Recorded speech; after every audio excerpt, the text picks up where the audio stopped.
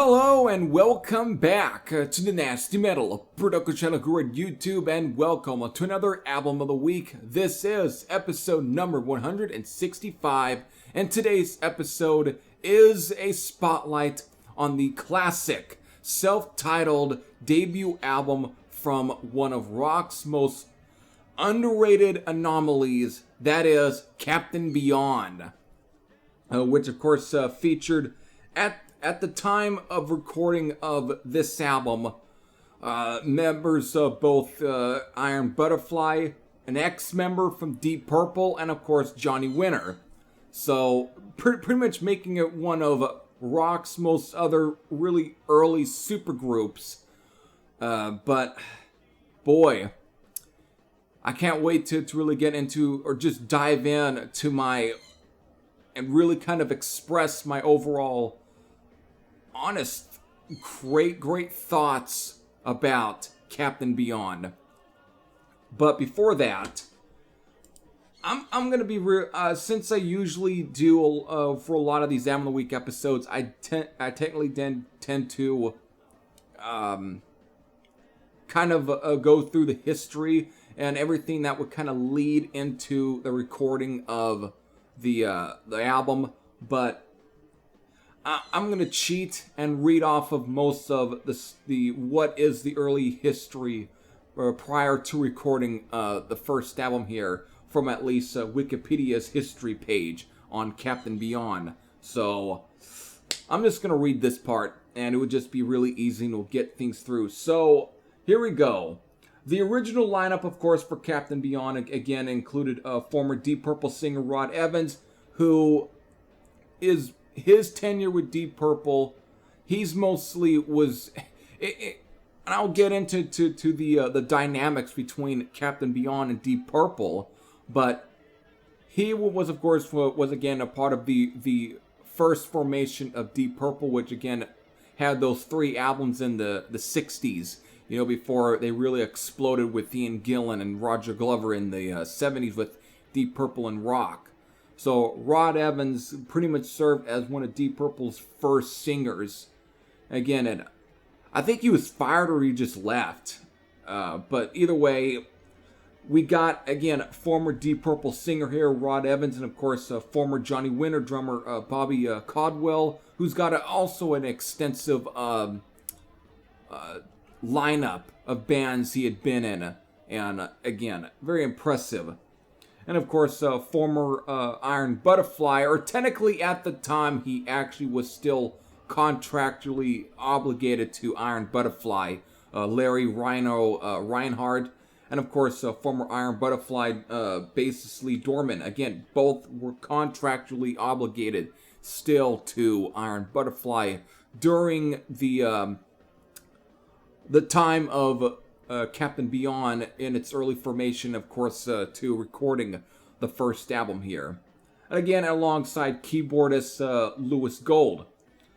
So, that at least is your lineup for what would eventually be for the first album here. And it's not really specified what time frame in 1972 that this was recorded at, but they were booked sometime probably in early of July, or early of 1972 at the Sunset Sound Recorders in Hollywood, California. Again, Captain Beyond is pretty much a California band, but again with Rod Evans being British. I guess it really added more of a British dynamic to their already kind of slightly British sound. So here we go. Again, it was recorded at least at the Sunset Sound Recorders in Hollywood, California, and being signed to Capricorn Records. It gets released on July. Again, it's a question there on what day in July of 1972, but since we are in July already, I'm just going to have to point it out. It's already reached its 50th anniversary, so 50 years to this album here. Again, so in 1972, we get it released, and a legend is born, I guess you could say. A legend is born. Oh my God, where do I really begin with with just everything about this first Captain Beyond album? For somebody who, I mean, I grew up listening to this record. This is my dad for years has had this, what I think late 80s, early 90s Japanese CD pressing of it through Polydor. And it's been the only copy that I've had of Captain Beyond for a very long time. And I can just remember the times of it being played in his car.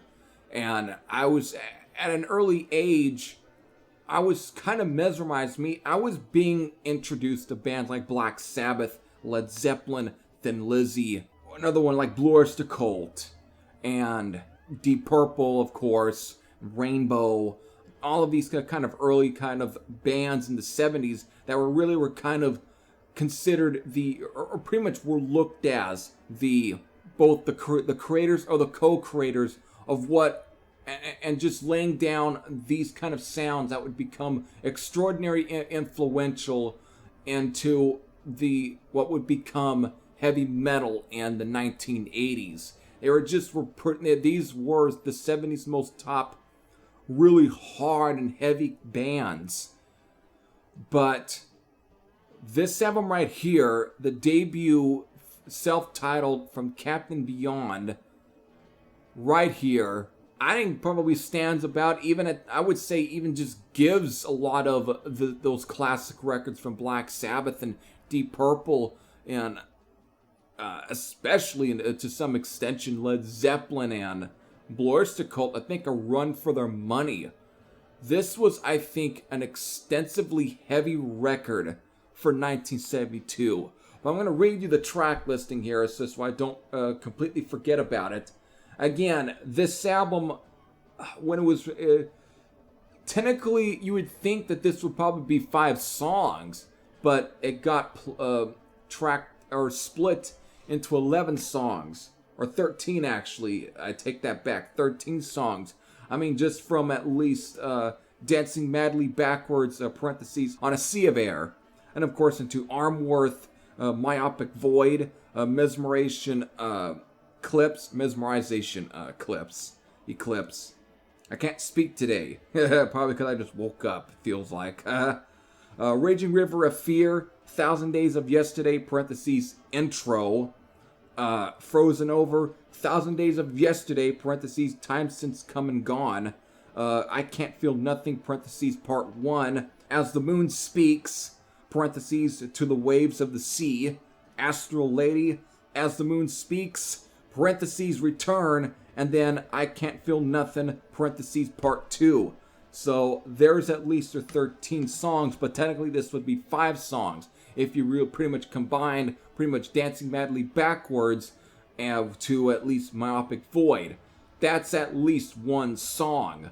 And then, of course, Mesmerization, Eclipse, and Raging River of Fear are basically 2 songs. They're 2 separate songs. And, of course, by the second half of this album, you got at least 1,000 Days of Yesterday up to about pretty much 1,000 Days of Yesterday, parentheses, Time Since Come and Gone. Those are at least 1 song, and of course, I Can't Feel Nothing up to at least I Can't Feel Nothing, its second part. That's just another 1 song right there, but they all got split into either 3 segments or at times 5 segments with the I Can't Feel Nothing. So they all got split, which kind of, to a lot of people, this really kind of gives the album its kind of very proggy, very spacey aspects, even though this is pretty much just a straightforward hard rock record. But it just, they kind of experimented with a lot of more proggier and very spacey kind of elements. Not in the way of like Pink Floyd in the 60s or even some of the more psychedelic stuff from the Rolling Stones, or even at all freaking Hawkwind. It's not nearly, or even the Amboy Dukes in the early 70s or late 60s. It's not that kind of level of psychedelicness It's just more spacier, which in a way, it feels a lot more atmospheric than like a bunch of dudes who probably were sitting around getting stoned while coming up with a bunch of weird sounds while being like, yeah, man, peace and shit, you know? It's not that kind of dynamic. It's just something that feels like it almost adds more to the story of the songs than actually trying to be something that's to be absolutely weird and abstract for the sake of it. It just comes across, again, it's a lot more atmospheric, but in a way it's a cool kind of atmosphere and very exciting, because this album clocks in at 35 minutes and 10 seconds. It's not trying to be 40 minutes or 50 minutes. It knows what it needs to do, and it's straight to the point, and it gets to that point, and it makes it real clear of what they were trying to do with this album. It's very focused. But my God, when these songs actually start getting going in terms of the riffs and everything, this album is just a blast to listen to. And it's definitely at times stickingly heavy for 1972. And I mean, it might be blasphemy to kind of say, or to go on record and say that this is probably heavier than some of the albums that Black Sabbath and maybe even Budgie were releasing in this time frame, because of, I mean, that's another band too, but I didn't really get into Budgie until much later, thanks to, of course, Metallica. But the albums that they were releasing were heavy, but this album just comes across as just like more straightforward and heavy. I mean, even Deep Purple, it's just, and that's what I was kind of, I had to stop myself from going further into with Rod Evans. It's that when people think of Rod Evans about his tenure in Deep Purple, the albums that he was a part of were pretty much Deep Purple's least heavy stuff. But the minute Rod Evans had left and was replaced by Ian Gillan Ian Gillan. I mean, I always include Roger Glover in there, but the minute he got replaced by Ian Gillan, that's when they decided to actually reshape their sound and became a lot more of a heavier juggernaut of a band. But for some reason, even though I love, Machine Head from Deep Purple, I gotta give it that I think Rod Evans, I think he might have been a part of one of the heaviest albums in this year. I think that this album tends to be even heavier than Machine Head. This is just a completely rockin' record, though, but it just has a heaviness to it, a metallicness. This doesn't really go for a lot of the kind of bluesy notes that you a lot of hear in a lot of bands. I mean, Deep Purple, Richie Blackmore, he had his kind of play around with some blues riffs here and there, but Larry Reinhard, I gotta put it out on record. I think Larry Reinhard, was easily just as original of a riff master as like Tony Iommi and Richie Blackmore and even Tony Borge of Budgie. I think it's almost a shame that Larry Reinhard didn't literally get big or more recognized off of this record, because the only other sort of history that Larry Reinhard has as far as being a guitar player in any band was being connected to Iron Butterfly. And I gotta go on record that I think the Captain Beyond album blows away any of the records, any of those classic records from Iron Butterfly. This was pretty much the biggest blueprint for what would become heavy metal in the 1980s. There's a lot of riffs on this album. There's plenty of riffs on here, but they're all riffs that you really can tell that ended up getting reused and reshaped by a lot of metal bands in the 1980s. Just listen to some of the songs like Raging River of Fear, or even 1,000 Days of Yesterday, or Frozen Over, or even I Can't Feel Nothing. listen to some of these riffs are in these kind of songs and tell me that you don't hear any sort of the riffs in some of the 80s metal songs, or even during the new wave or British heavy metal movement. Some of those kind of bands like Iron Maiden. I mean, I could probably conceive the sound being at times a pretty good influence on Iron Maiden, especially let's say like the first album, or Killers, or even Number of the Beast, or any of those. I mean, listen to some of these songs. I mean, the same year we also had Halo of Flies from Alice Cooper, and that also had a riff in there that ended up becoming a pretty much a reused riff in heavy metal. But there's a lot of riffs on here that pretty much became reused riffs. Even Judas Priest pretty much went and reused, I think, some of these riffs. This is pretty much laying a lot of the groundwork and the blueprints for what would become heavy metal in the 80s. There's just so many freaking great heavy riffs on this record. It rocks hard when it needs to, and when it calms down, I mean, when it experiments with some of the other, I guess, styles of genres, it does really make it gives it variety, and it keeps it from being completely one-dimensional. But I think that the real meat of this album has always been its hard rock songs and its riffs, and it's a crime that Larry Reinhard didn't get as popular as he should had. He really should have been put in the same breath as guys like Tony Iommi and Richie Blackmore and Tony Borge, or even Jimmy Page, whatever. He should have been put in the same breath though as some of those great guitar players, even Michael Schenker, any of those in the 70s.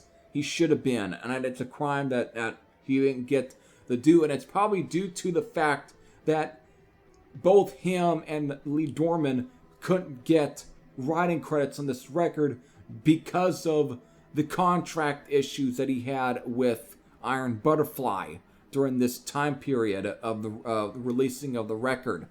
Because again, when it comes to the songwriting on the album, it's mostly Bobby Caldwell and Rod Evans that got a lot of the writing credits for the songs, but it's not their fault.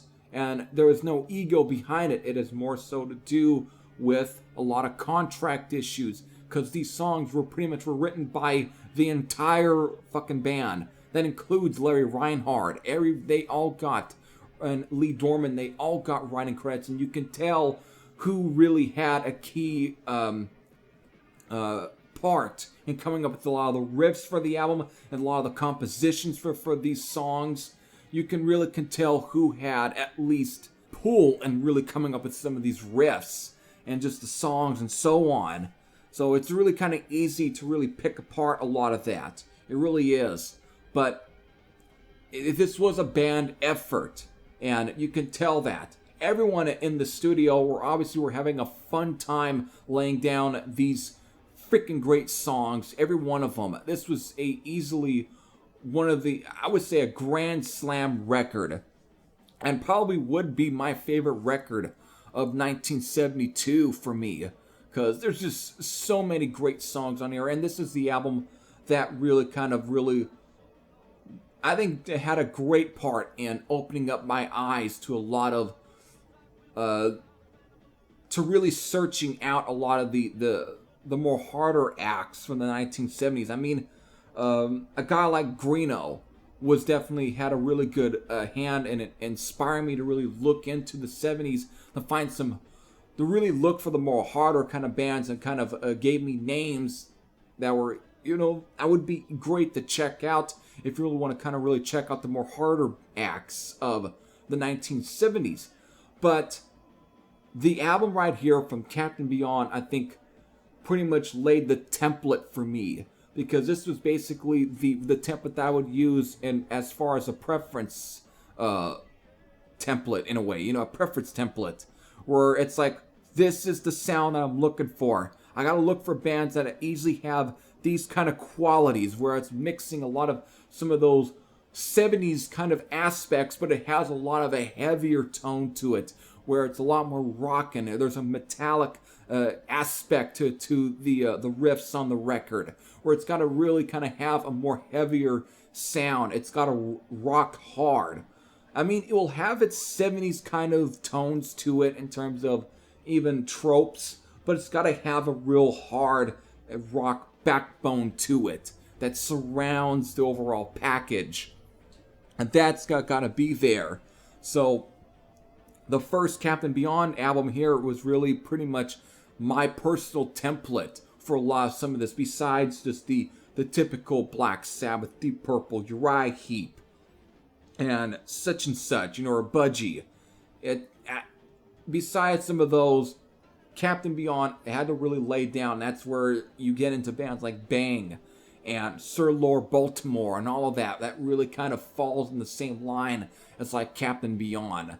This is just one of those kind of records, and it's a shame that it wasn't completely too much, given a lot of high praise in the 70s. I mean, besides the kind of group that my dad was a part of that really loved this record, a lot of, as far as when it comes to promotional aspects and everything, this was probably the most overlooked album in the 1970s when it came to a lot of, because of after the sound by years and years, due to a lot of people like Greeno literally looking into the 70s to find some of these great sort of just hidden gems of hard rock albums.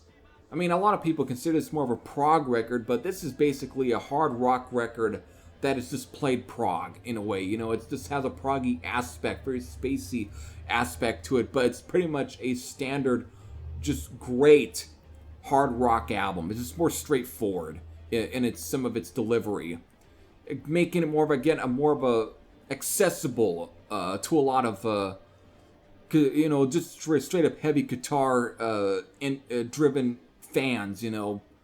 That's all. But there's just, I think it's just great that it's finally found over years a love and stuff, that people have finally really found out how great of a record this is.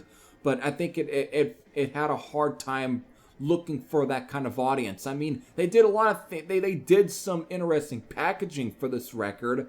I mean, there at least contains two versions of this artwork. One is using, again, the same painting, but the one that was released in the U.S. that my dad had on record, because he also had it. That's how, he ended up getting on CD anyways, was to kind of replace his record copy, even though he still has it, just right now somewhere else.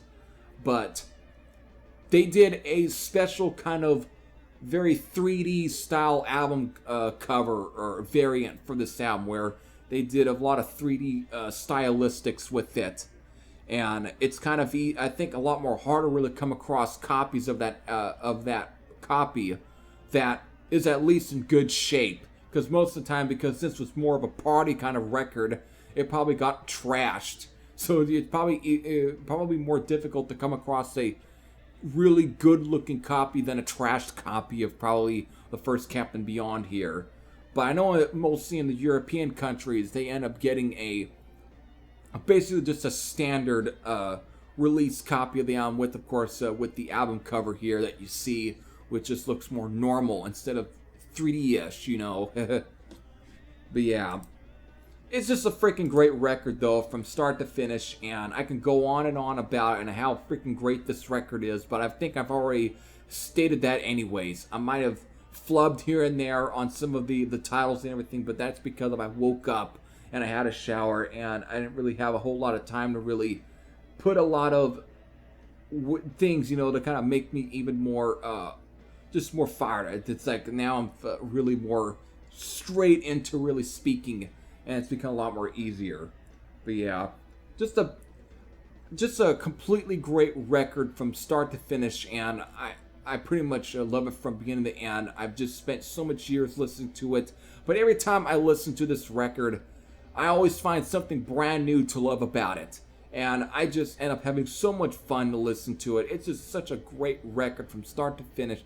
There's not a dull moment at all on this album. Even the more spacier aspects of it are fucking exciting. That's the thing. It's extraordinary exciting of a record. It's not trying to be just boring. It's just completely exciting to listen to from start to finish. And again, 35 minutes I think is a great length for this album.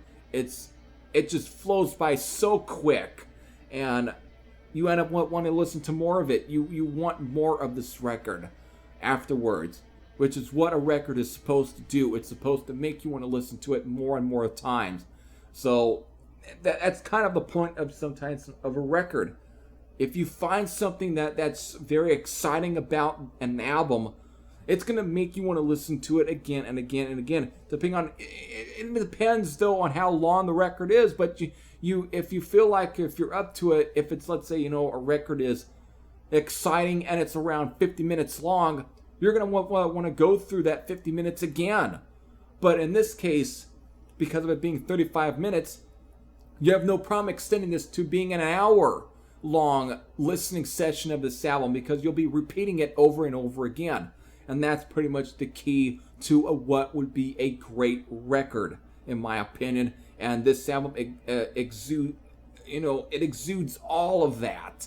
What a freaking great record from beginning to end, and easily one of my favorite albums, probably my favorite album of 1972.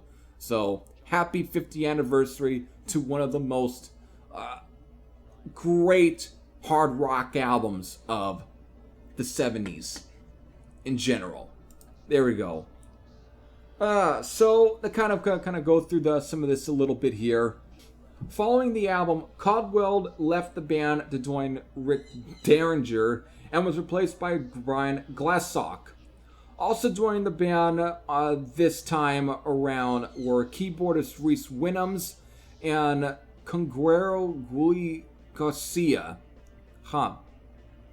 The record company chosen producer Giorgio Gomeski, I think that's, I probably butchered his name, did not like that Glassock's drumming and requested a new drummer. Glassock was released and Marty Rodriguez was brought in on drums on the recommendation of Garcia. This six-man lineup recorded the group's second album, Sufficiently Breathless, with producer and Capricorn Records co-founder Phil Whedon. Tension during the recording led to Evans quitting and the band splitting up consequently. The original lineup with Caldwell reformed later in 1973 for gigs in the US and Canada. However, Evans left the band permanently around Christmas of 1973 and the band broke up. However, the band reformed in 1976 with Caldwell, Dorman, and Rhino being joined first by Jason Cahoon and later Willie Daffin on vocals. They recorded the band's third and pretty much final full-length album, Dawn Explosion, which I covered on this channel already as one of my earliest videos. It was a revisiting series, which has pretty much been disbanded. It's been canceled. It's been canceled, folks. Sorry, I won't bring it back. That's why I got these Album of the Week series anyways, is because of it pretty much replaced revisiting stuff. So, again, on Warner Brothers, but eventually broke up in 1978. So, that's where I'm just going to end things. So, that's it. That's my overall thoughts on the debut self-titled album from Captain Beyond. Again, 50th anniversary to one of the greatest hard rock albums of all time. If you have any personal thoughts, whether it be when you probably grew up with this album or how many years you've spent listening to this album, whether it be positive or negative, you can leave those comments in the comment section below. But if you've never heard this debut album from Captain Beyond, I think you obviously need to do yourself a favor and probably just stop this right now and go to either YouTube or go on a Discogs, Amazon, or wherever you have a record shop in your town and search for a copy. Even if you have a turntable, go search through the record bins and find a copy of this album. if you are pretty much interested in the heavier sides of this 1970s when it comes to hard rock, this is I would say is an essential listening album. And I'm going to state that very bluntly. This is, I think, a essential listening album for anyone who wants to check out the heavier sides of hard rock in the 1970s. Even if the sound plays around with some sort of spacey aspects, it still kind of, I feel, kind of takes a little bit of a backseat to the more heavier riffs on the album, because of this album just has that sort of great combination of just atmosphere and just straight up being rock. That's all. Just great stuff on here. So there it is. I hope all of you enjoyed. This is Heavy Thrash saying I'm out, and I'll see you all later. Take care, everyone.